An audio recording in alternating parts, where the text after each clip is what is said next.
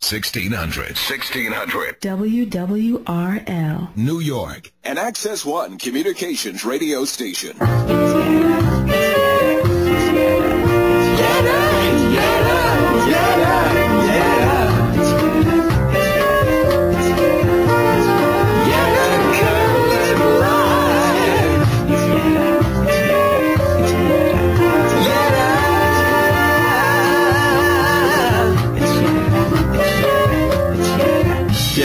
Yetta Kurland's on the air. It's Yetta Kurland live.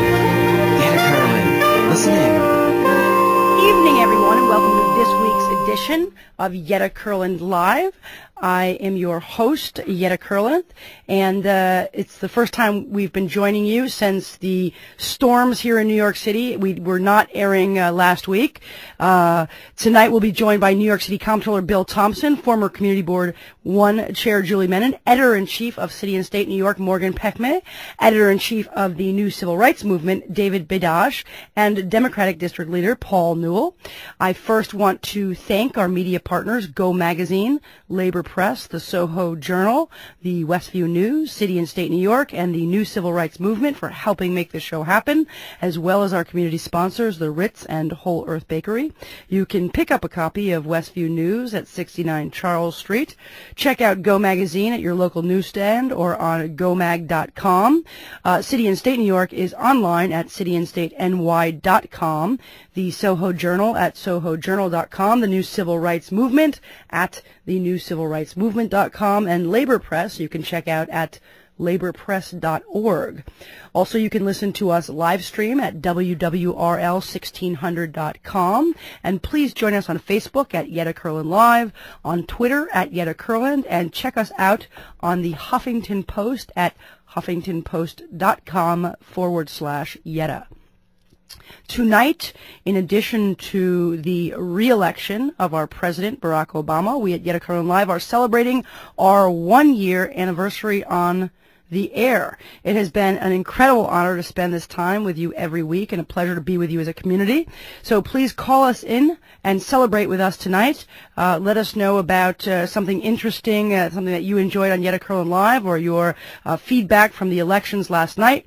For most of us involved in community work here in New York, yesterday's elections were a wonderful cap to a difficult but inspiring week. A few of the highlights were, first of all, the re-election of President Barack Obama by a large margin in the Electoral College anyway, maybe not as large in the popular vote. 5 new women elected to the United States Senate, including Elizabeth Warren in Massachusetts, Heidi Heitkamp in North Dakota, Mazie Hirono in Hawaii, Republican Deb Fischer in Nebraska, and of course the former Yetta Kurland Live guest and America's first ever openly gay U.S. Senator Tammy Baldwin in Wisconsin. This brings us to a record 20 women in the United States Senate. 20 women, meaning we are only underrepresented by a factor of 250%. But it's progress. Progress, not perfection. Marriage equality also won referendums in 4 states, representing the first time that we've ever won direct popular votes on the rights of our families to be able to marry. Here in New York, the Democrats picked up a congressional seat with another openly gay candidate, that is Sean Patrick Maloney. In potentially big news for New Yorkers, the Democrats have claimed control of the New York State Senate in a surprising upset. Speaking of the State Senate, another former Yetta Kurland Live guest did not fare as well. The Magenta Yenta, Mindy Meyer, got nothing. She got 2,500 votes. Or about 3% of her district in Brooklyn, a little bit shy of being able to upset incumbent Kevin Parker, but didn't get nothing. So all of this, as community groups and others organized Herculean efforts in the relief efforts for New York in response to probably the most significant natural disaster to hit the city, certainly in my memory, in some time. We'll be talking about all of this and more. Please call in with questions or comments. 212-868-0975. Again, that number is 212-868-0975. So let's start tonight by what I like to do best, which is talk about politics. On this program? And yeah, little post-mortem on the elections from yesterday. And I have two of my favorite people to do that with. First of all, David Badash is the founder and editor of the New Civil Rights Movement, a journal of news and opinions on gay rights and marriage equality. David is a regular contributor to Yetta Kurland Live, and we're glad to have him back on our show tonight. Also, no stranger to our listeners is our producer, Paul Newell. Paul is also a community organizer in Lower Manhattan, on the Lower East Side. Paul, you've been doing a tremendous job in the last week on relief efforts down there as well. Thank you. It's been an incredible week for all of us. We're going to talk about it. We're going to process it all out here tonight. And Paul is also the Democratic district leader down there in the 65th Assembly District.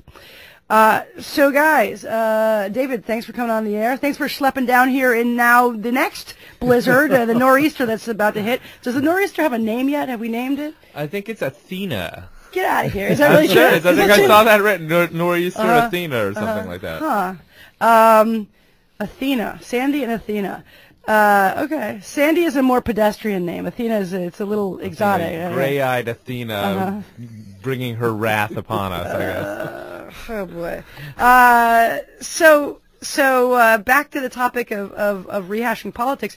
Democrats seem to have done pretty well last night, outperforming certainly many of our expectations. What do you make of it? What happened? Why did we do so well?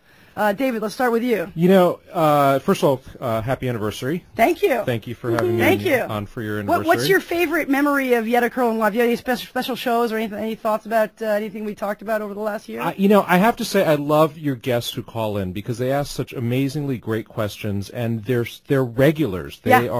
They listen to you every week. Like Diane from the Lower East Side. I wait for Diane's call. And Ed from the Upper West Side. Yes. So they're their own personalities. I am very, very enamored of all of them. A community of personalities here on Yetta Kurland Live.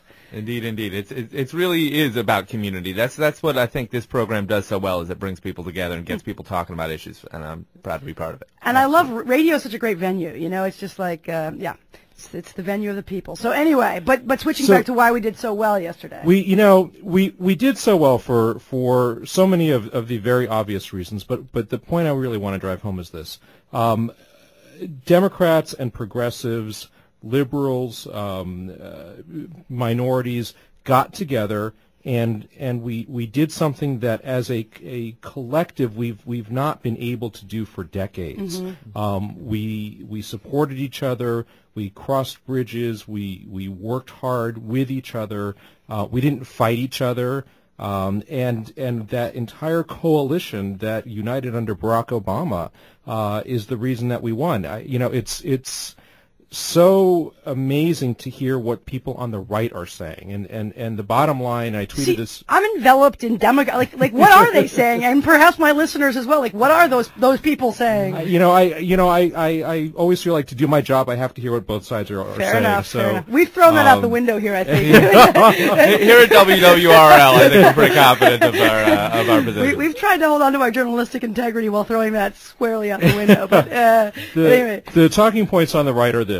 The wrong people voted.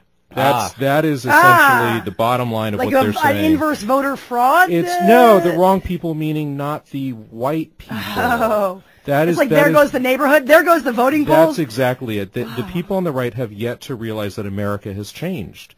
And, I was reading Dick Morris, who is one of the biggest people on the right, who has spent the past year telling everybody, no, you're looking at the wrong polls. I have the inside polls. And Dick apologized, which is amazing. And then he went on to say, I didn't realize who was going to vote. And that's why I said that Romney was going to win. Oh, wow. Yes. Yeah, I mean, and that's part of what's so shocking. I mean, Barack Obama lost by about 20 points among white voters. Wow. And still was elected president by, 60 electoral votes. It's really a tremendous sea change in what our country is. Now, Democrats haven't won white voters overall for a long time, but this is a tremendous margin. And you saw among African Americans, I believe Barack Obama got about 93%. That's tremendous. That I mean, is that's just like that is a large margin. That's an like, 85 has any point. president ever in the history of any election gotten like 93% of either the African American or white or Hispanic vote? I mean, that's like a huge, huge percentage. Yeah, I'm not sure I don't know if it's a record or not. I mean, we usually do pretty well.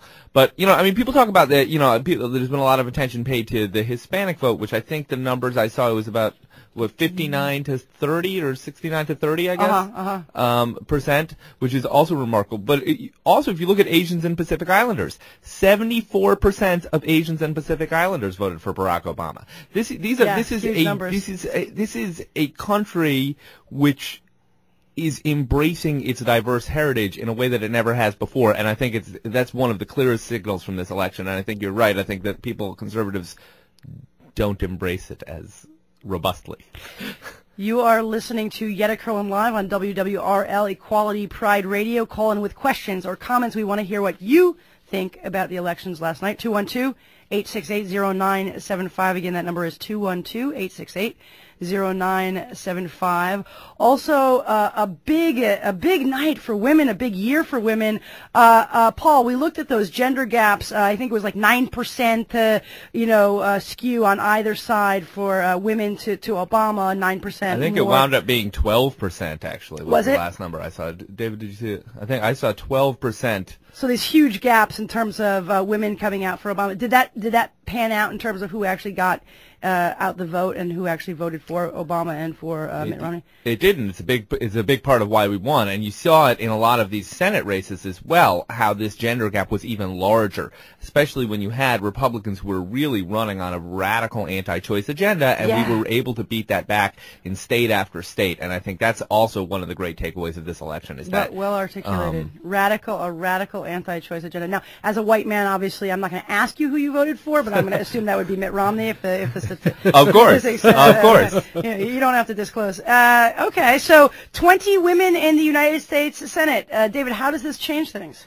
What's wonderful about that is, first of all, I look at it as when Barack Obama got elected, and there were so many African Americans who said, you know what, my children can now be president someday also. And I think that women and young girls and teens are going to look at this and say, you know what, I can be a senator, I can be president, I can do this. And by Barack Obama getting elected, getting reelected, and now we have more women in Congress, we have more openly gay people in Congress. We're opening the doors to everybody, and we're saying what America was founded on. Everybody is equal. Yeah. The acceptance speech of Tammy Baldwin was just so powerful. I had the great opportunity to sit down with her at the DNC and interview her, and she just radiates this incredible energy and a sense of comfort and empowerment. And, when she said, I understand that I will be the first U.S. Senator, a woman, and the first openly LGBT. I mean, the crowd just went wild. I mean, it seems to indicate, along with these ballot initiatives on marriage equality, that the tide is changing in terms of recognition. It's a long time coming. And what does this say for the LGBT community, and isn't that community a real winner in this last election? The LGBT community, which by the way was 5% of the voting electorate yesterday, so we should applaud it. Thank God they're even counting that number, right? Absolutely. So, yeah. But we came together, and obviously we did the right thing. And 5% is a huge number. Well, it's a huge number, considering that technically all of the studies that we have to date, the new ones say that 3.4% of the population, the adult population, is LGBT. Well, I openly identifies as openly LGBT. Identifies, exactly. Right. So it's a very, very good number. And Gallup actually a week or two ago said that the LGBT community would be a significant contributor to who wins the election. Sure. So we should be very proud of that. 5% can make or break an election. It's usually the spread or less. Yeah. So absolutely. Yeah. And the marriage wins that we have are, as you said, the first time that the population has ever said yes. Right. We want marriage equality. We want to extend marriage to everybody. Let's talk about that. In fact, for our listeners, tell us a little bit about what referendums were at play, the 4 states. Just give us a little bit of a background of what was at play yesterday, and then we'll talk about the results. Well, in Washington, we'll start on the left. In Washington, Governor Christine Gregoire on the left coast. On the left coast, signed into law in, I think it was January or February, a same-sex marriage law that she had championed herself. She was behind it. She expressed how her personal beliefs changed, and then she went to bat for us. Very powerful. And then immediately the right was able to get that into a referendum so that the people would have to vote on it. Right. So, and they did, and we believe we won. There's some have called it yes, some have said wait, but the numbers look pretty solid. So, right. so we're going with that. Right. Then it's amazing to me how good, and by good I mean bad, the right is when they are poor losers, that they just like take up space and they refuse to concede. I think that's what ultimately gave them the election in 2001. I mean, like, right? Yeah. Yeah. Well, that kind of rejectionism can be strong. I mean, when they rejected the legitimacy of our president for 2 years, they were able to build that into an actual electoral movement that had a big impact in 2010. So perhaps there's something to be learned from this. Yeah, I mean, yeah. Yeah. Then in Maine, which in 2009 had the legislature had elected to or had voted to create marriage equality. Again, the people said no. 3 years later, the people said yes, and that is a huge win. That in 3 years we can get the population to go from no to yes. So we have Washington, we have Maine, Maryland also went on the law passed, went to the ballot. The people said yes, and then in Minnesota, which is very conservative. Yeah. Wait, did Minnesota go red? No. No, Minnesota. Obama won Minnesota. Yes, he did. And Amy Klobuchar also. Yeah. But we have, Michelle Bachmann and there's an anti-gay hate group up there, so it's a relatively conservative area. They already have a law that says same-sex couples are not allowed to marry. They wanted to enshrine that discrimination into their constitution, and the people said, you know what, enough is enough. So the first thing is 3 out of the 4 ballot initiatives are pro-marriage equality, not the local domas that we've seen in past years. Only one of them was one of these anti-gay marriage initiatives. Correct. And that one failed. Yep. So we won. We won all 4. And we also won in Iowa, where there had been a recall effort against state Supreme Court Justice David Wiggins, who had supported marriage equality, and we lost a couple of those guys 2 years ago, I guess it was. And he was able to hold on against the sort of very conservative, homophobic reaction against him. Now, we had talked about this off air earlier, though. You had made the point that some of the Republicans who were with us on marriage equality lost their seats in this last election, and that maybe doesn't fare well long term for us in terms of people feeling like there's retaliation if they stand up for LGBT rights. I would say on marriage equality, that is the one dark spot I would say here is that here in New York, 3 of the 4 Republicans in the state Senate who supported marriage equality will not be in the Senate again next year.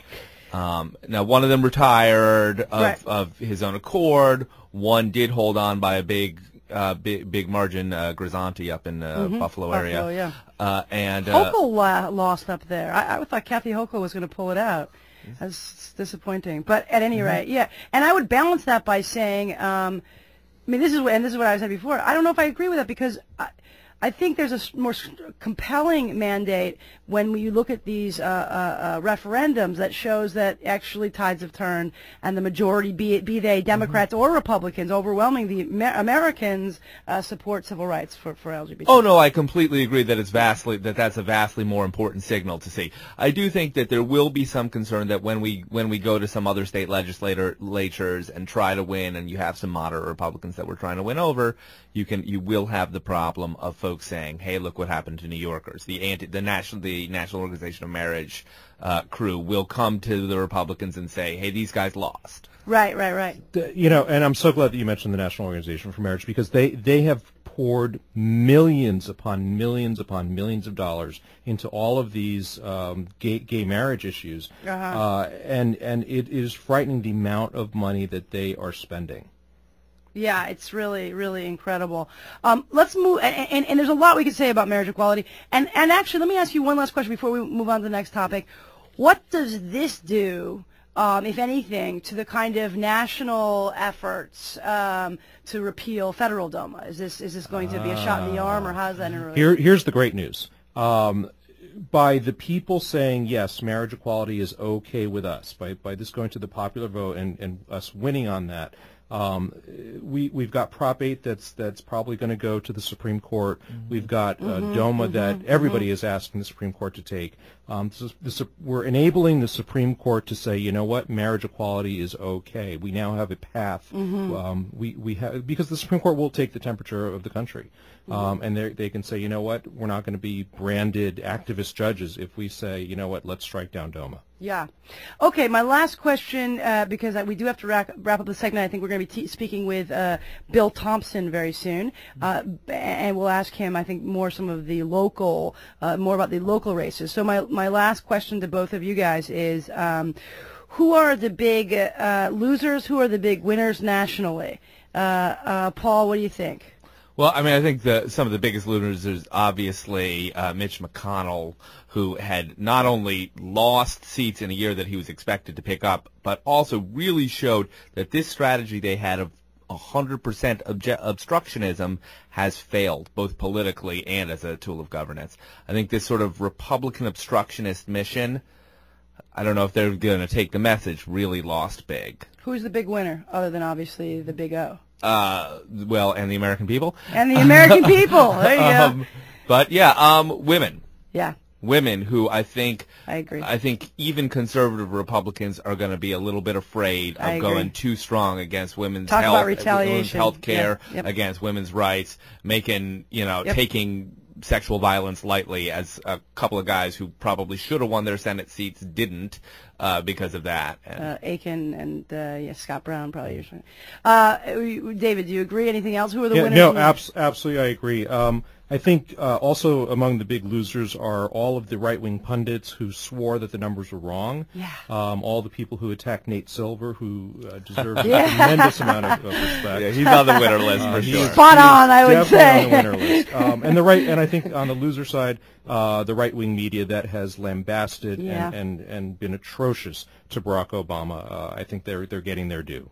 Let's just wrap this up with a little bit of recognition of that. Boy, I think that all of us were really, really nervous. And in retrospect, like we knew in our head everything was right, but I think, that kind of emotional stuff, it impacts us. And I think the other piece to it is that I know for myself, I think I started to realize just the idea that someone like Mitt Romney was a potential, as if it was one choice, literally, here's choice A and here's choice B, that he could be elected as the next president of this country was so terrifying that I think that it made me very nervous, just because as a concept it could potentially happen. I think we all got very, very nervous with that. And it's right to be. You got to take these guys seriously. They're not. They spend a lot of money, and they've got a lot of support. We were talking about the popular vote. Obama only won by about 3 million votes, I think it looked like. Yeah.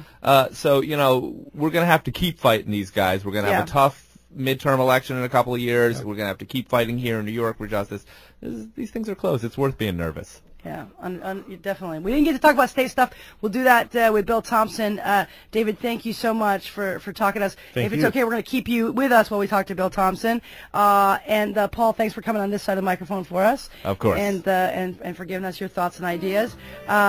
We are going to take a very short break. We'll come back with Bill Thompson here on Yetta Kurland Live. I'm always proud to be in New York. WWRL, sharing and celebrating the LGBT community's ideas, energy, and accomplishments. But tonight, I am especially proud to be a New Yorker. Available. 1600.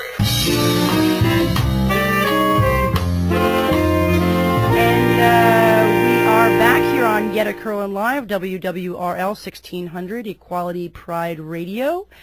We are talking about yesterday's elections, both nationally and local. We are going to check in for a few moments with Bill Thompson, and then we're going to be speaking with Morgan Pehme, editor-in-chief of City and State New York, as well as David Badash from New Civil Rights Movement. So let's go to Bill Thompson. Bill is a longtime friend and public servant here in New York. York, former president of the Board of Education and Comptroller of the City of New York. He is now a candidate for mayor. We're delighted he was able to call into the show tonight to talk shop a little bit about yesterday with us. If you've got questions or comments, 212-868-0975. Again, that number is 212-868-0975. Bill, welcome back to Yetta Kurland Live. Thanks for coming on the show. Yeah, it's always good to be with you. How are you faring with this nor'easter that's hitting us? Let me tell you, this is rough for New York and areas that have been, heavily hit by the hurricane to have to go through this now so quickly after the hurricane. It just kind of boggles the imagination. But I'm doing fine. I'm doing much better than so many New Yorkers are. Yeah, before we jump into election stuff, you, I know, have been going around the city in the past week or so, surveying and looking at stuff. I wanted to get your take on the city's response to Sandy. Some are saying that the community's response gets an A+, but maybe the city a much lower grade. Do you agree? What do you think needs to happen? What are just your thoughts and comments on that? I think that's entirely accurate. I think that the community and the people of New York City have responded amazingly, with courage, with determination, but the city has trailed the people of New York City dramatically. I think if you talk to people across the city, whether it is in areas of South Brooklyn, whether it's in the Lower East Side or neighborhoods like Red Hook, and then you start to talk about Staten Island, the Rockaways, Coney Island, I think the city's response hasn't been anywhere near what it should have been. Why is that? What is that? What is the problem there? I think some of it was recognizing the severity of the problem, and then I think after that it's coordination and getting resources where it needed to be as quickly as possible. And I think that you're still seeing communities across the city who are angry at city government because they just feel that the reaction hasn't been what it should be, and I think that's going to continue for a while. You are listening to Bill Thompson on Yetta Kurland Live, WWRL 1600. Call in with questions or comments, 212-868-0975. Again, that number is 212-868-0975. We're going to go to a caller. Let's go to Amy. Amy, welcome to Yetta Kurland Live. You're on the air. Hi. How are you? Good. Good. What's going on? Not much. So I just wanted to make sure everyone knew that, number one, President Obama actually won Staten Island as of right now. Whoa, nice. By 1,100 votes. We'll see what happens when all the paper is counted, but I think that's pretty exciting. That's amazing. Even though we lost some races out here, I thought that was pretty interesting. So even though this time around we lost in North Carolina, and we won North Carolina last time, I think last time we lost Staten Island, so maybe it's a bigger win than we won Staten Island this time, right? Yeah, well, only according to the advance, only 4 Democrats have won Staten Island since 1944 for president. Wow. I also think it's amazing given the fact that not only the New York Post, but the Daily News endorsed Mitt Romney and not Barack Obama. So that's really tremendous. Amy, I give you credit personally for that, so thank you as my caller from Staten Island. And I would be remiss, just quickly, can you tell us a little bit about what's happening? We're hearing about some of the difficulties with getting resources out there. What's Staten Island looking like? What's going on? And maybe just a shout out to our listeners about things or ways that they can be helpful with relief efforts. And how does this nor'easter impact that? Well, it's been really difficult out here from everything that I'm hearing from people because there's just so much devastation. And, thankfully we have been getting some more attention than we normally do. And it's unfortunate that it took something like this for people to actually recognize that we are part of the city and exist. But keep electing Democratic presidents, and I think you'll get more feedback like that. Yeah. I'm kidding. I kid. Yeah. Right now, and I think in most of the city, the need isn't so much for clothes, but donations to specific organizations that are actually going to put some resources out. And who are some of those? Can you tell them? The Stephen Stiller Foundation. They do the Tunnel to Towers run. They have donation funds set up, and you can specifically choose to have your donation go directly to Staten Islanders or, people in Brooklyn affected by the storm or Jersey. Great. And they're a really great organization, and they're directing all of those proceeds right to the people who need it. Because people need cleaning supplies. They need, help getting stuff out of their houses, trying to save things, what they can. They're going to need, places to stay. But it's been really great to see how the community has really been pitching in, all over. That's great. Whether it's local businesses going out and delivering food to, the people that are helping, or doing collections on their own. It's been really pretty amazing. Yeah, it has been wonderful to see. Before we let you go, do you have a question or comment for Bill Thompson? I just wanted to thank him for calling in and mentioning Staten Island, and don't forget about us. Great. Thanks, Amy. Thanks for calling in. Thank you. Yep. So, Bill, let's switch to election talk. Some of the exit polls suggest that Obama was elected in large part by what people are referring to as a minority coalition. Do you agree with that? What do you think that is? What does that say about our country and the state of politics? Well, I think that's part of it. If you look at black and Hispanic voters in a number of states, they're the ones who carried President Obama to victory. And if I was listening to some of the numbers earlier, 93% of African Americans voting in support of the president, something like 60%. As well as 60% of white voters who voted for Mitt Romney around the country. I think I think what it says a lot that candidates for president, and particularly the Republican Party and others, are going to have to adjust and shift and focus on inclusive policies, not trying to divide people. I think that's the message that yesterday carried, in that just in general, whether it's Democrats or Republicans, people are going to have inclusive messages and messages reach out to a broader group of people. And they can't use these messages that divide us. And that's what the Republicans continue to do. And President Obama continued to talk to all of America. And I think that's what carried victory, and carried a very substantial victory. And bring it down to a local level here in New York. Some great turnout, and some great election results. Obviously, the recapturing, we think of the Senate majority is a big win. But there were a lot of complaints about the Board of Elections. Do you think that was justified? What do you think caused those delays that we were seeing at polling sites throughout the city? What's your thoughts about that, the whole BOE take on this? Whoever designed or thought that these voting machines were a good idea should be shot. I mean, to be honest about it, the machines are difficult. Yeah. The ballots and filling in little bubbles.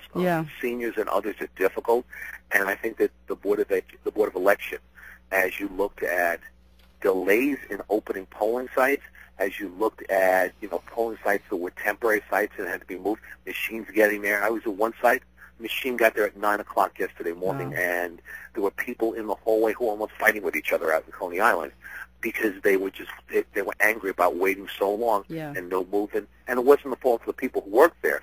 It was the deliveries that were late. There were delays all across the city of New York. There's got to be a better way to do this. It's just not right.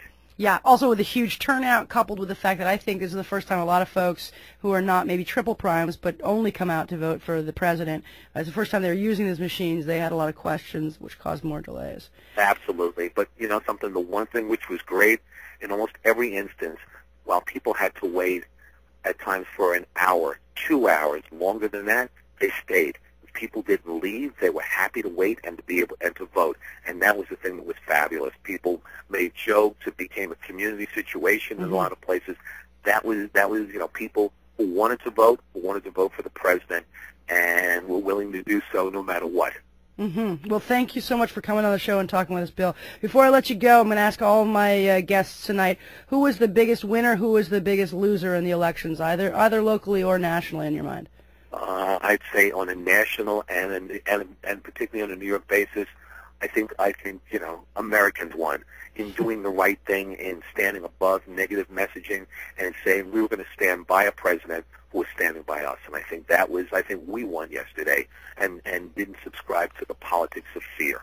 that was the greatest thing that happened yesterday. Great. Well, thanks for coming on the air. Bill Thompson, former president of the Board of Ed, comptroller of the City of New York, and now a candidate for mayor. We'll have you back on again. Thanks for calling in and coming on. Yep. Great being with you. Yep.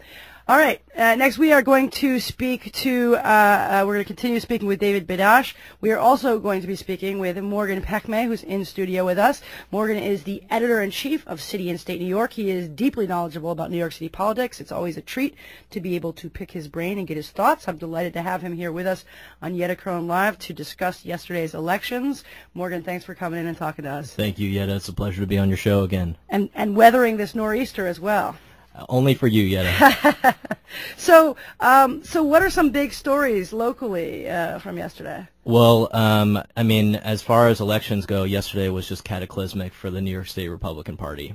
And on every level, from the president on down the ballot, the Republicans just got spanked.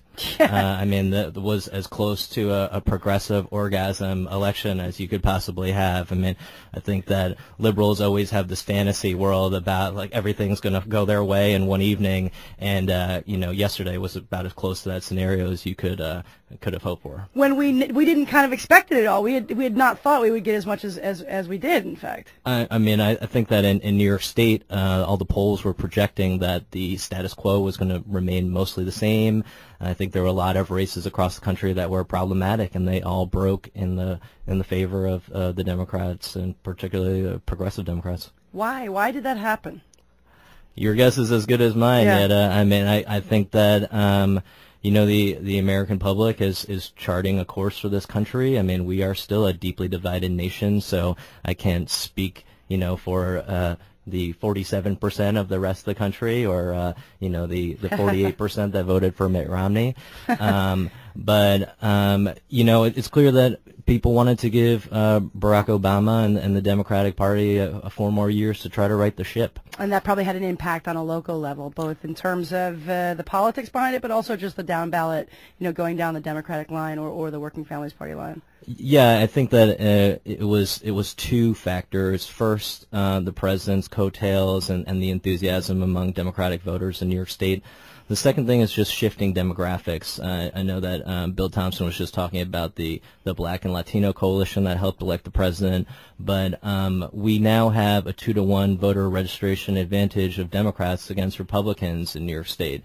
And what we saw was kind of the demographics catching up with the Republican Party. The Republicans were projected to largely hold serve in the congressional races and to hold on to the state Senate. And you know, they experienced great setbacks in both areas, and you know, that probably has to do mostly with the Democratic or the demographic shift towards the Democrats. You know, speaking of the congressional versus local, I was most interested with the Wagner-Maloney race. I thought it was surprising to me that Sean Patrick Maloney was able to win on a congressional level as kind of a new voice in the area, but Justin Wagner, who had been around for a while, people really knew, and people really had a visceral negative reaction, Democrats anyway, to Greg Ball, as opposed to Nan Hayworth, maybe more repugnant to us, but seemingly more liked in the area. Why do you think that is, and what was at play there? Well, I know that Justin Wagner kind of struggled to build momentum throughout the campaign. You know, you have to remember that congressional races are of just such a higher profile than state Senate races, and though political junkies may think of them as one and the same, you know, once you get past Congress, most people just completely tune out. And there was shocking for me. There were millions of dollars spent on the congressional race by both Nan Hayworth and Sean Patrick Maloney. You know, you have Bill Clinton coming out pushing for Maloney, the Republicans making Hayworth a priority, and so, you know, that was a focal point for that area. David, obviously Bill Clinton came out in support of Sean Patrick Maloney. He was also key with Barack Obama. Do you think that this is positive and is good for Hillary Clinton? What's the next steps for the Clinton dynasty? You know, full disclosure, I love Hillary Clinton, and I think that there are so many Americans who do, because she has been one of the best secretaries of state we have had. She's amazing, and there are so many people who love Barack Obama, also love Hillary Clinton, and there was obviously a problem 4 years ago there. Yeah, people that really has want resolved Hillary itself. Clinton to be the president after Barack Obama. There's a lot of talk about who's going to be the next president. Tremendous, yeah. Joe Biden, of course, doesn't think that he thinks he's going to possibly vote for himself again. Well, you know, and a lot of people are talking about Elizabeth Warren. They were really moved by her. Elizabeth Warren is some a talk about superstar. Andrew Cuomo as a potential. So there's going to be a lot of people to pick from come 2000. Yes, and what there is not talk about is a 2016 Republican candidate. There doesn't kind of like seem to the be anybody inverse, there. where this time around there was one obvious candidate. We have a on the very Democratic deep side. bench. You are listening to David Badash and Morgan Pehme on Yetta Kurland Live, WWRL 1600, Equality Pride Radio.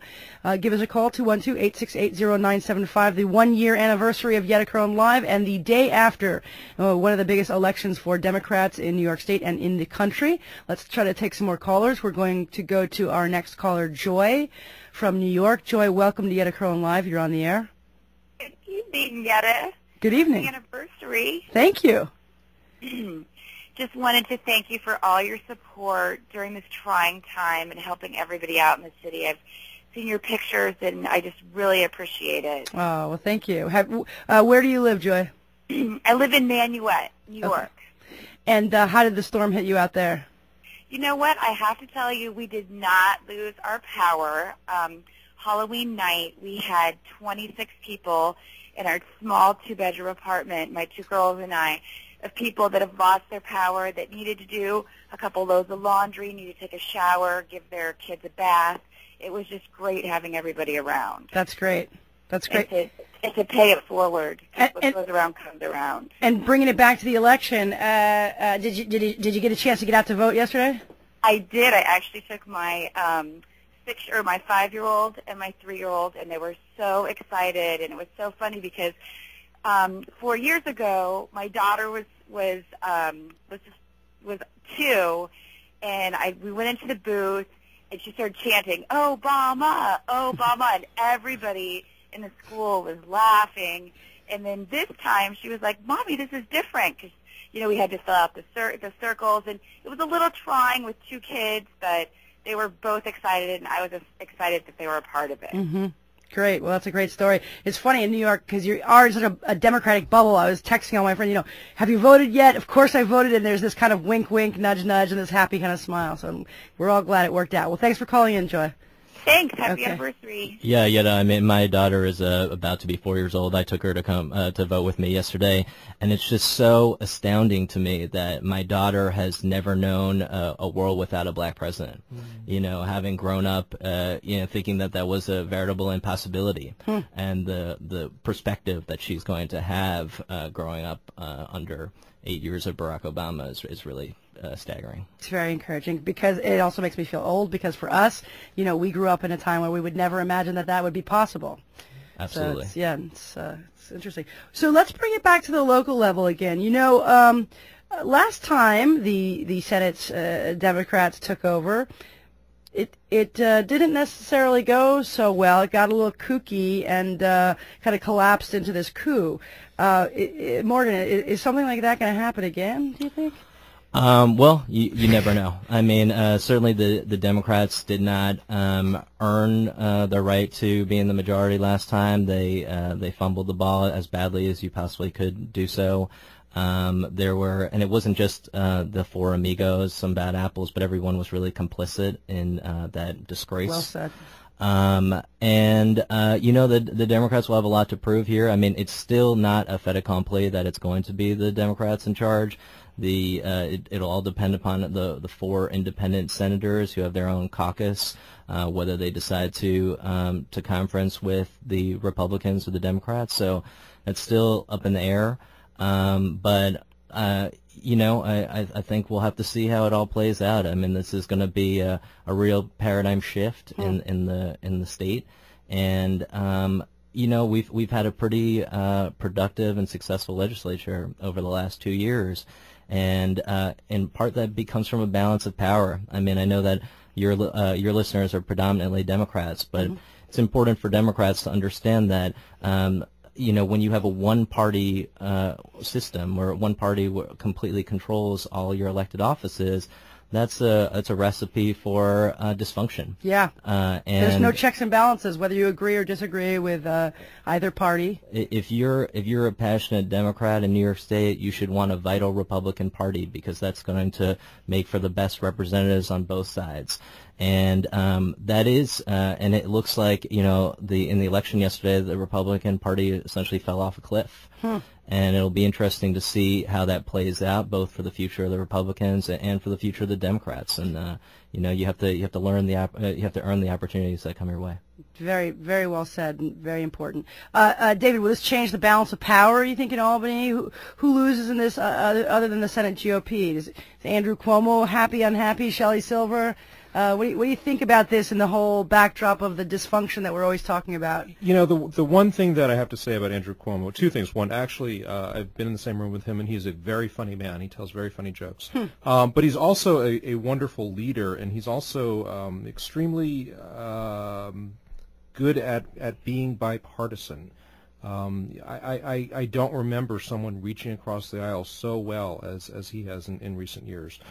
So I think that listen, I'm a Democrat, so for me, as much as I like checks and balances, the more Democrats we have, the better. I agree that having some strong Republicans makes us stronger, makes us better. I think Andrew Cuomo is very good at balancing things. We only have a couple moments left. I want to try to get in one more caller, but Morgan, I want to pick your brain on this. The executive order that came out yesterday to allow folks to vote irrespective of their displacement throughout the city. Was that good? Was that good government? Was that beneficial for the overall voter experience? Was that good, bad, or ugly? How did that impact things, and why did that happen, or what are your thoughts about that? I mean, I think that the executive order was fundamentally well-intentioned. I mean, it was to give people an opportunity to vote. I mean, everybody saw that the Board of Elections was just on the road to chaos, and that the election day was going to be a debacle, and so the governor was trying to bail out the board in that situation.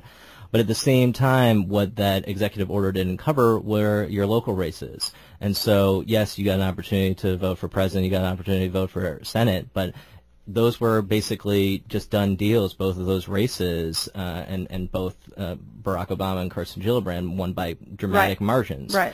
And so people were essentially disenfranchised or didn't get to exercise their vote in the races where they were really going to be consequential. Perhaps not even realizing, thinking, I can go and vote anywhere, it doesn't matter, I'm not going to schlep that extra distance or work that extra hard to get to my district, not realizing that they then wouldn't be able to vote for them. I mean, I'm following this as maniacally closely as practically anyone can do so, and I was confused until pretty late in the day, and I was kind of disenchanted when I found out that was a caveat, that you couldn't vote in the local elections. Let's try. We're going to try to squeeze in one more caller before we go to break. We're going to go to Amy Miller from Carlisle, Pennsylvania. Amy, you there? Hey, yeah, I'm here. Amy, how you doing? How's Pennsylvania? I'm doing great. We had a great day yesterday, and I just wanted to check in from out here and let you know that one of the reasons we won so big yesterday is because there were so many people in every corner of this country working very hard.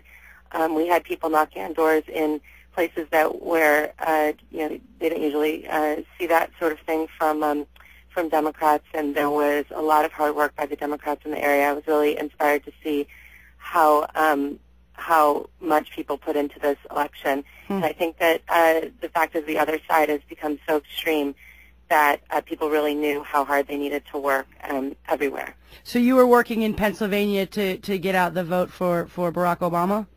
That's right. And we started to get nervous up here in New York. Were you nervous at all in that process in Pennsylvania, or did you feel pretty comfortable throughout the process? Well, I think we were just really focused on getting the work done, and we knew that if we had enough conversations with people and knocked on enough doors that we could make it happen. But I think someone earlier in the show said that they were nervous, it might have been you, that they were nervous just because it was so scary to think about what might happen if we had President Mitt Romney. It was just something that we couldn't believe, we couldn't imagine. So we just had to do the work, and just people talking to their neighbors and talking to their family members and putting in a lot of time into this election to make it happen was how we did it. I'm sure you have a lot of stories, but if you can think of one of your favorite stories of talking to voters and tell our listeners. I think I don't have anything specific right now, but I think that the best thing was just hearing from the volunteers that were knocking on doors, that they would knock on doors of people that were so happy to see them, saying that they thought they were alone as supporting Obama, and having an Obama supporter knock on their door and making them feel connected to people who shared their values meant so much to them and really got everyone out to vote. Well, Amy, there was an Amy earlier who called in from Staten Island who reported that Staten Island went to Barack Obama, so we gave her credit for that happening. Amy, you're calling from Pennsylvania, so we're giving you credit for Barack Obama winning in Pennsylvania, so thank you very much. And thanks for calling into Yetta Kurland Live. Thank you. Okay. We're going to take a short break. Morgan, thank you so much for coming in. Thanks for always for your thoughts, your ideas, your opinions. And David, it's always good to have you on as well. We're going to take a short break. We're going to come back for an extra half hour. We're going to be talking about Hurricane Sandy and the relief efforts here in New York City. So stay tuned and call in with questions, comments, 212-868-0975 here on Yetta Kurland Live. We'll be right back. 1600. Girl, I know you want to dazzle me with your clean clothes. That's why you should use new Dazzle Me Cleaner. It's made with real sparkles and shiny stuff that may or may not actually clean, but it sure looks good on the shelf. I've heard enough. Diane, how can I dazzle you? Don't even start. There is nothing real about sparkles. You want a real clean? Yes, I do. You know Pine Sol. It's got everything you need and nothing you don't. Girl knows what she's talking about. That's cleaning with the power of Pine Sol, baby. Geico presents a thank you letter from your motorcycle.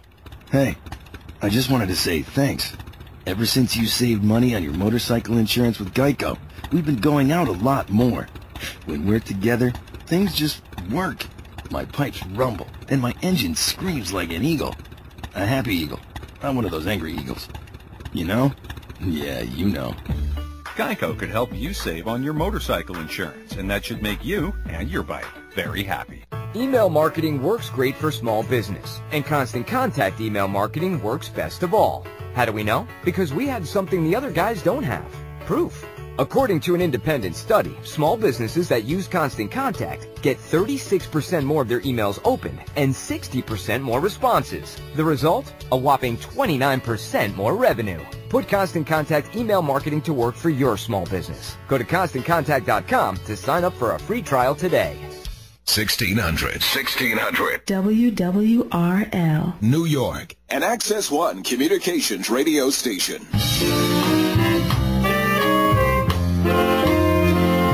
And we are back here on Yetta Kurland Live, WWRL 1600, Equality Pride Radio. We're going for an extra half hour because we want to talk about the relief efforts here in New York in response to Hurricane Sandy, which touched down in New York a little bit over a week ago. And causing tremendous havoc. We are going to be speaking again with our producer, Paul Newell.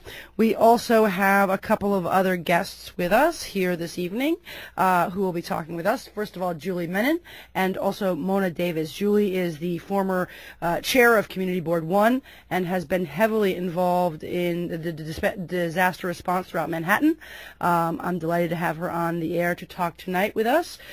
Julie, welcome back to Yetta Kurland Live. Thanks so much, Yetta. Great to be with you again. I know you've been super busy doing lots of stuff, so thanks for your time.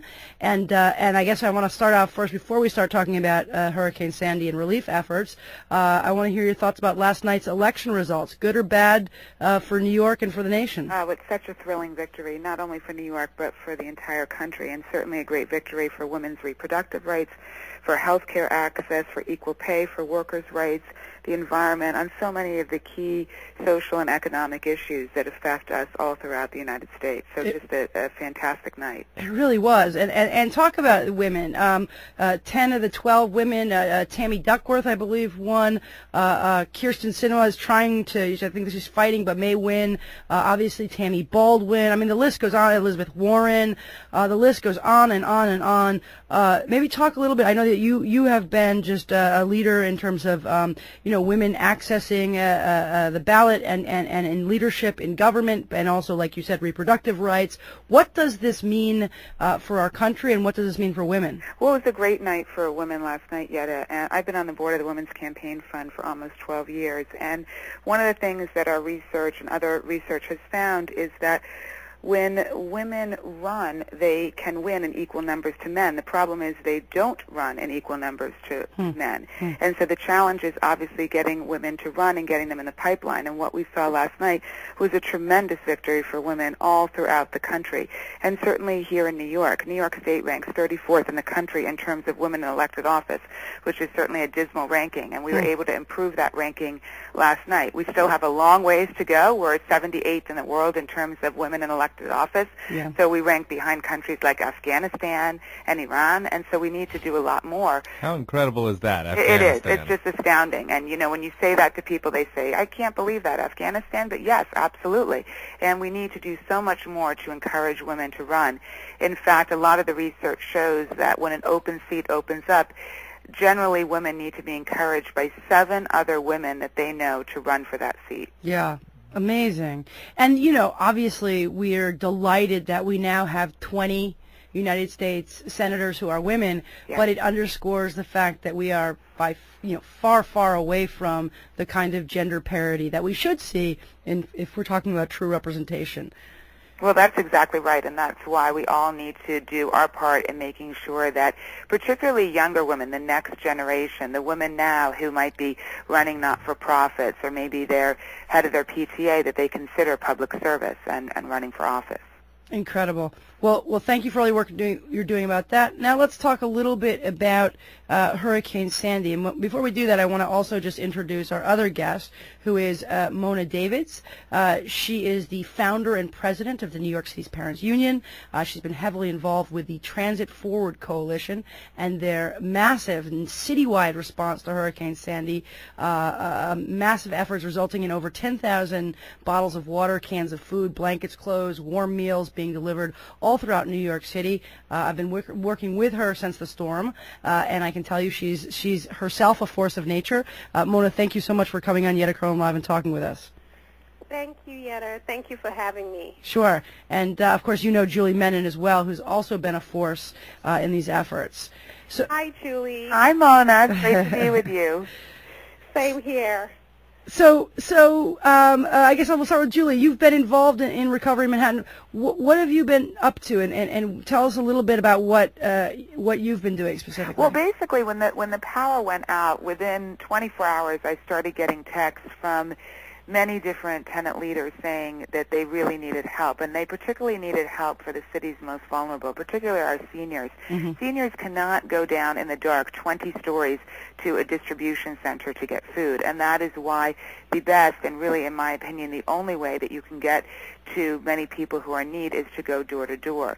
So I mobilized volunteers. I had over 300 in total, and in 4 days we were able to provide food and water and knock on over 9,000 doors. I employed a backpack system where I had every volunteer come with a backpack filled with bottled water, food. We'd set up a command station in front of each building, and then we literally knocked on every single door with notepads, taking notes who needed medicine, who needed kosher food, who needed a doctor. We had a doctor on site, and we were able to deploy very, very quickly.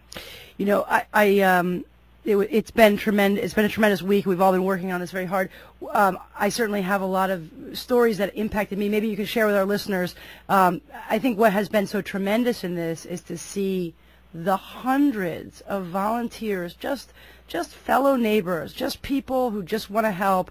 And I think that New Yorkers have really learned to care and to learn to deal with crises. Maybe you could tell our listeners some of the stories that you've had working with volunteers as you go through this process. Well, I have to say that I couldn't agree with you more. I mean, the volunteer spirit of New Yorkers, we've been through so much before, particularly I can speak about Lower Manhattan in terms of 9/11 and rebuilding. And so the spirit was definitely there where people wanted to pitch in and help right away.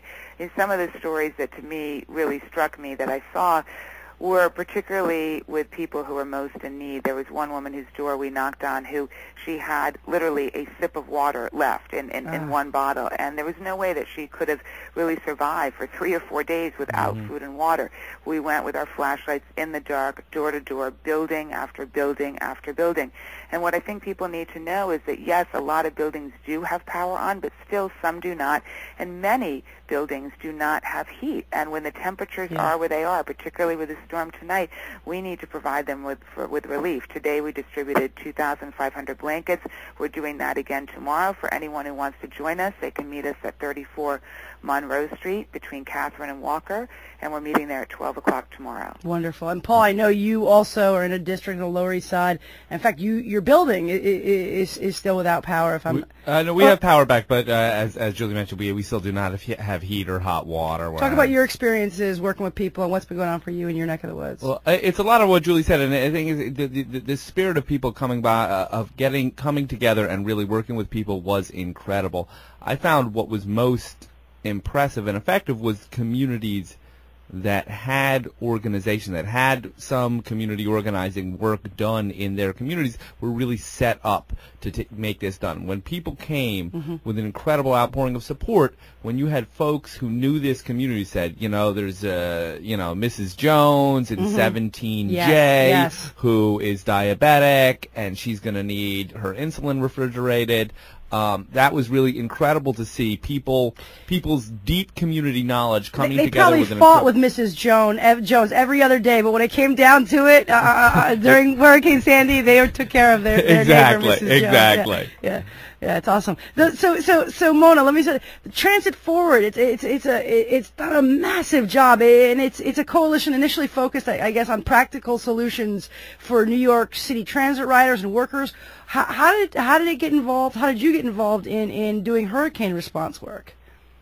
Well, with Transit Forward, the coalition, first of all, it's the only community-led grassroots coalition out there that is comprised of transit riders and transit workers. And the coalition members range from groups like ours, the New York City Parents Union, to environmental justice groups, to community-based immigrants, and social justice groups.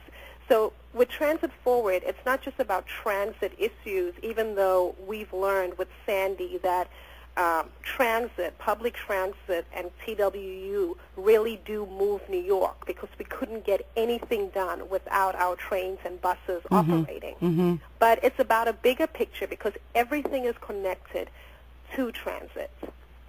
So when Hurricane Sandy struck, it was just natural for us to help out our fellow New Yorkers and organize and mobilize and bring together all of our resources to help those impacted by this terrible hurricane.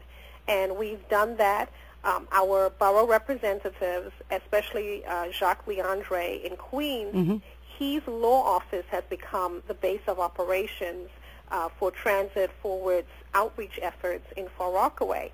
And yesterday, as a matter of fact, on Election Day, we had volunteers out there. We had different unions out there. The United Federation of Teachers sent a bus of teachers and a busload of supplies. We had SEIU that was out there. We had the Haitian Association of Nurses that was out there. And you yourself, Yetta, was out there with us. Yep. Yeah, it's been an honor to work with you guys. It's just the kind of reach and like Paul and Julie were all saying, the way that community has come together. It's tremendous to see that interface with institutional powers like labor and whatnot. So it's been really tremendous. That's absolutely true. And I mean, that was yesterday, but as you know, since last week Friday, Transit Forward has been out there in the Rockaways. Yep. And one of the things that I love about Transit Forward is that these are grassroots, community-led organizations, community activists that are all part of this coalition.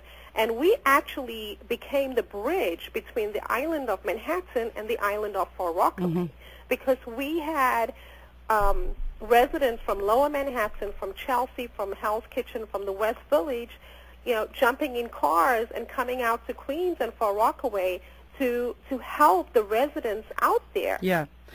Thanks to you, we were able to arrange the hot meals from Chelsea Restaurant, right.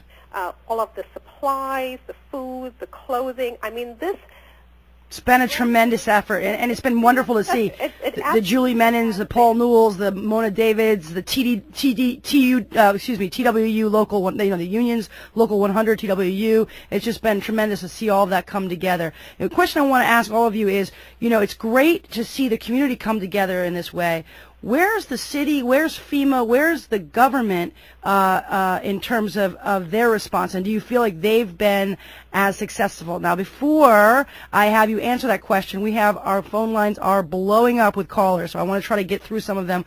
We only have about 10 minutes left for the show. Let's go to our next caller. We're going to go to Aliyah from Gramercy. Aliyah, welcome to Yetta Kurland Live. Welcome, and you are on the air. Oh, hi. Thanks for having me, Yetta. Sure. And Mona, it's really great to hear about Transit Coalition or to hear more about your efforts.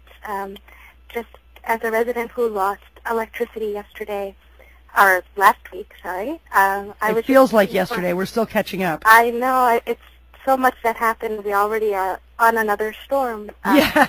It's just incredible. But I was just looking for a way to get involved last week. And as you mentioned, without transit, the city just was at a standstill. So I was really happy to be able to take part last week and help gather resources in Manhattan to be taken out to the Rockaways. That's great. And, thanks for being part of that effort. Yeah, and I know you have 10 minutes, so I just wanted to quickly add that there are a lot of people who are like me, who are active. A lot of us have been doing mainly election work and also worked on healthcare reform, but are really willing and just looking for a way to get involved in doing work out and helping people who are still without power, especially with the winter coming, Thanksgiving coming, Christmas being around the corner. So I thought, I guess as an activist, I just thought, what are you looking to do, and how can we get more people involved? Great, proactive. Facebook advocacy. Should we should we go and lobby our government officials? Like, what can we do as community members? Great. Good questions, and exactly what we need to be thinking of in a proactive way. Thank you, Aliyah. Julia, I'm gonna have you respond to that first, and then I'm gonna kick it back to Mona. Okay. Well, there are a number of things that people can do moving forward. First of all, we need help immediately on the ground for the buildings that don't have power. We got an urgent request from Knickerbocker that on the Lower East Side that they need food, and as I said, we're going to be meeting tomorrow and doing a food distribution and blanket distribution. But beyond that, obviously the most immediate needs, we need to plan for the future, and it ties into the question you asked earlier, Yetta, where is the city, where is FEMA? As people may or may not know, just yesterday, FEMA in Staten Island closed their offices because of the storm that is happening right now. If FEMA is closing their office because of a storm, where are we supposed to turn? Yeah. There must be better coordination in terms of government response in emergencies. We have a system called NYC Notify, which is the city's emergency notification system. This was a system that Community Board 1 lobbied for after 9/11. There are only 160,000 people in New York City that are signed up for it, and quite frankly, it doesn't really have all of the salient information you need to know to evacuate the transit system, all of the different things that people need to know and need to know immediately. So we need to make sure that that gets done moving forward. I think that was a key concern, was that there was not one central place, either online, which obviously when people don't have electricity is not ideal anyway, but there was not a central place for people to go to find relevant information. And I mean information from, can I drink the water in my tap? Yep. To, are schools going to be open tomorrow? Yep. What are my transportation options are, and that needed to be done and updated regularly in a live format. Or even volunteer. One of the reasons I got involved with Transit Forward in terms of emergency response stuff is because I actually signed up to volunteer with the city. I never heard anything. I actually didn't hear anything.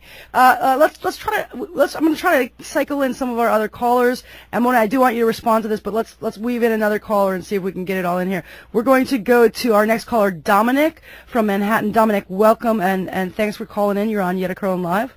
Hey, Yetta, thanks for having me. Sure. Just wanted to say I'm actually a Staten Island resident of 25 years that moved into Manhattan in February.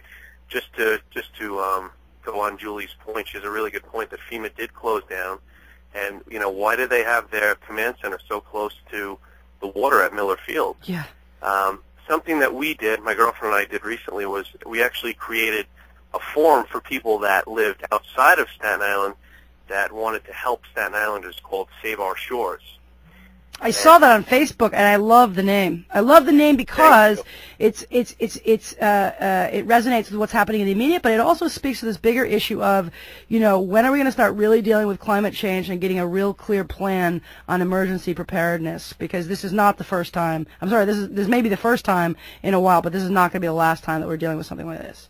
No, it's definitely an issue. And what we've done is we've raised a lot of funds, close to, actually over $9,000 at this point. And we're going to purchase gift cards from local Staten Island stores to actually give to the disaster victims. Because it's really bad out there. We're giving out supplies this past Sunday. I toured areas in Manhattan, Zone A. I was out at Governor's Island, and then I went out to Staten Island. And there are people out on Staten Island burning their dressers, their beds in the streets just to stay warm. They're not going to the shelters because they're afraid people are going to loot their homes. It's a really, really bad situation out there. Thank you for calling in. Thank you for your comments, Dominic, and our thoughts are with you. Give us a plug one more time for where people can go for your organization, Save Our Shores. Is there a website? Save Our Shores, Sandy Relief, and the Facebook group is Save Our Shores Sandy Relief, Hurricane Sandy Disaster Relief. Great. Thanks for your work, and thanks for calling in. Thanks. Again, yep, you got it. Well, you're listening to Yetta Kurland Live, WWRL 1600, Equality Pride Radio, 212-868-0975 if you want to call in. Mona, what's going on with FEMA, with emergency response? Is the city doing what it needs to do? If not, why isn't it? Well, I think we should start a website that says where's FEMA.com, because FEMA is nowhere to be found. We were on the Rockaways yesterday. We didn't see FEMA anywhere. That's true. I have parents on Staten Island, and they're saying the same thing, that both FEMA and the Red Cross are hardly anywhere to be found. In fact, the only thing we saw about FEMA in the Far Rockaways was a big sign that someone had put up begging the FEMA where is FEMA, or FEMA please come, begging for FEMA to come. And you'd think that, this is not the first test case, not to drop the K word, but, Hurricane Katrina could have taught us a lot about emergency preparedness, problems with FEMA. So what do we do? And not just FEMA, but also city efforts and city relief. So there has to be better coordination. It's just, to me, really shocking that there is not better coordination, and you can't wait for emergency to make it happen. We just had a crisis. We're in the middle of a disaster. Now is the time where the city needs to really take stock and make these reforms immediately. Yeah, and again, not to belabor the Nor'easter, but the Far Rockaways are not being evacuated, but there are at least 4 facilities that are having forced evacuations at a time when people are already just devastated and trying to rebuild. Well, that's exactly right. And the other real issue that I have that I think needs to be looked at is the whole idea of distribution centers. Obviously, in a crisis, you need to have some kind of distribution centers, but that can't be the sole means of trying to get people food and water and other supplies they need, because once again, seniors and others are not going to be able to go down 20 or 30 floors in the dark and walk 5 blocks to a distribution center. It's simply not happening. And so there has to be a door-to-door distribution system that can be easily employed in an emergency. And it's not that they can't employ neighbors and volunteers. We all have, by bootstraps and in our own makings, fashioned that together on the fly. This is something that the city could and should be taking advantage of in a more organized way. There should be a volunteer corps of folks who have been trained in advance, and there should be lists of folks, particularly I don't know as much about the Rockaways, but particularly in Manhattan, where you have a lot of seniors in these high rises. Listen, people are on scree. People are receiving Medicare. There are lists that can be compiled of vulnerable seniors. Medical centers have those lists that can be compiled into a resource that could be used from a centrally distributed point where you could send folks to their door, as Julie points out. out and actually help people who are really trapped and in need. Fantastic idea. We need more of those ideas, and we need them organized by our government. Let's try to squeeze in just a couple more calls if we can. We are next going to go to Ronise from Brooklyn. Ronise, welcome to Yetta Kurland Live. You are on the air. Hi, how you doing? Good. How are you doing? Oh, great. Well, we could be better. This nor'easter. Yes. But just wanted to applaud everybody for doing what they can. I've been in touch with a number of people who work with Pehme, and I've expressed to them that, you know, having a shelter or location like 50, almost like 50 blocks away from where most of the people are in Fort Rockaway is unrealistic in terms of the people getting to the shelter. Yeah. They're like, hey, you know, we have a place here at 112. Well, you know what? Fort Rockaway is in the 40s and the 50s and the 60s. How are the people going to transport their family to get to the shelter? It makes no sense. It's very difficult. We need a plan. We certainly need a game plan. And where you are in Brooklyn, was it impacted by Hurricane Sandy? Yeah, in Brooklyn, Canarsie, and Coney Island area, and Red Hook, those were and all of Manhattan Beach, Seagate, Gerson Beach, all of that was impacted. Okay, well. So apparently, many of those locations, people are able to get to the residents. A lot of the residents were evacuated, but still, they still looking for shelters ever since the mayor has consolidated the shelters. Yeah, a whole nother problem. We're going to have a whole nother show about it. We're out of time. I'm going to go to one more caller. Ronise, thank you so much for calling in, and thanks for the work that you're doing on this. Last caller, super quick. We are going to go to Eric Tinker from Inwood. Eric, welcome to Yetta Kurland Live. You are on the air. Hi, Yetta. How you doing? Good. How are you doing? I'm doing very well. Good. Thanks for calling in. You got a question or comment? Well, I want to talk a little bit about Occupy Sandy, which. Thank you. Yes, tell us about Occupy Sandy and let our listeners know. We have two distribution centers right now running out of churches. One, St. Jacoby on 4th Avenue in Sunset Park, somewhere in the 50s.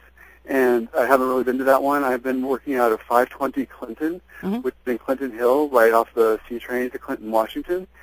And it's been amazing to watch, because if you're there the whole day, you see how much stuff comes in and how much stuff goes out. And watching people, with the gas crisis, going and waiting for hours in line so that they can get a full tank of gas so they can make some runs to deliver supplies is just incredible. And I'm going to cut you off because we're out of time, but I want to make sure that our listeners have the opportunity to get involved with Occupy Sandy. If people want to do that, where can they go? How can they volunteer? And how can they learn more about that? They can go to St. Jacoby, which I mentioned. That's on 4th Avenue in Sunset Park, somewhere in the 50s, like 52 or 53. And Clinton Hill is Clinton Avenue between Fulton and Atlantic. Great. By the C trains. And they can find them on Facebook. Yeah, Occupy Sandy. Interoccupy.net/Occupy Sandy. Occupy.net/Occupy Sandy. Eric, thank you for calling in. Thanks for your time and thanks for the work you're doing. Interoccupy.net, just to be sure. What is that? Interoccupy.net/Occupy Sandy. Awesome. Thank you so much. Yeah, all right. Have a good one. Yeah. And before we go, because this is such important work, and we do want to make sure people are getting information. Julie, if people want to get involved with the efforts that you're working on, how can they do that? And if you could just tell us again where people can meet to get involved. Absolutely. So we're meeting at 12 o'clock tomorrow at 34 Monroe. We have several thousand blankets that we're going to be distributing in the afternoon, and we're going to be doing food drop-offs at Knickerbocker and other places. People can email me at info@juliemenin.com. Great. And Paul, is there anything else that you guys are working on over in your neck of the woods? I'm going to be meeting up with Julie Menin, 34 Monroe Street. That's between Catherine and Allen on the Lower East Side. Great. And Mona, tell us a little bit about Transit Forward. Obviously, folks can go to transitforward.org to learn more, to get involved, or to let people know about a need. Anything else that we need to know about what Transit Forward is doing? Well, I mean, right now, granted, with everything that's happening, we still have the MTA fare hikes that we have to address. Yes. And our issue is that before the MTA raises our fares, they need to go and renegotiate those interest rate bank swaps. So granted, that's a little bit on the back burner, but Yeah. very soon it'll be on the front burner, especially with the MTA having their first hearing, today in Brooklyn. Great. Well, thank you all for all of the incredible work that you're doing. Our listeners should choose one or all of those organizations and get out and get involved. We obviously need to talk more about emergency preparedness, climate change, and the way the city is responding to that and handling that. We're not going to get to it this night, but thank you, everyone, and thanks for coming on the air with us on Yetta Kurland Live. We'll be back again next week on Yetta Kurland Live, 10 p.m., WWRL 1600, Equality Pride Radio. Independently produced. The views and opinions expressed were those of the program host and guests and do not necessarily reflect those of WWRL, its staff, or management. Attention homeowners, if your home has lost value and you now owe more than your home is worth, please listen carefully to this very important message. If you purchased a home or refinanced your loan before June of 2009, Quicken Loans may now be able to help you refinance at today's